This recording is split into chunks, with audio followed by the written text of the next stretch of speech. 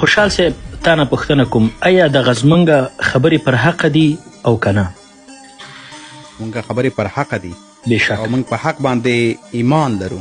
بېشکه کله چې د حق جګړه کې دا به په سمې لارې باندې کې که ته د حق په جګړه کې چټیات وای بې ځایه پکې غږېږي سپکې سپورې پکې وای دا د حق لاره ته وچ کلک باطل تاړی.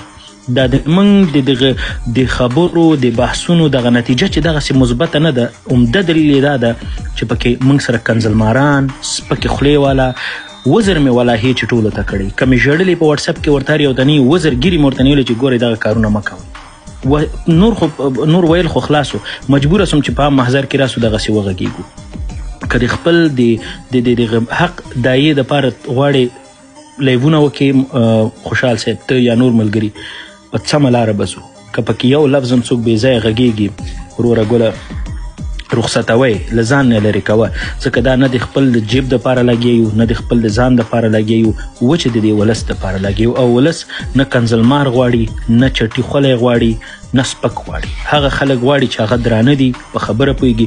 دلته د موږ 2000 کسان دلته لیدونکي ماشومان خویندې میندې ټول دي. نړۍ مننه، زه د تاسو په اجازه ډېره مننه ځواک صاحب، کور ودان خوشحاله اوسئ. همدغه خبرې چې د ځواک صاحب دا زما خبرې دي، معنا دا چې موږ دواړه هم فکره ملګري یو. څه چې دا وایي هغه زما خبره، څه چې زما دغه د دې خبره ده. موږ چې دا جګړه د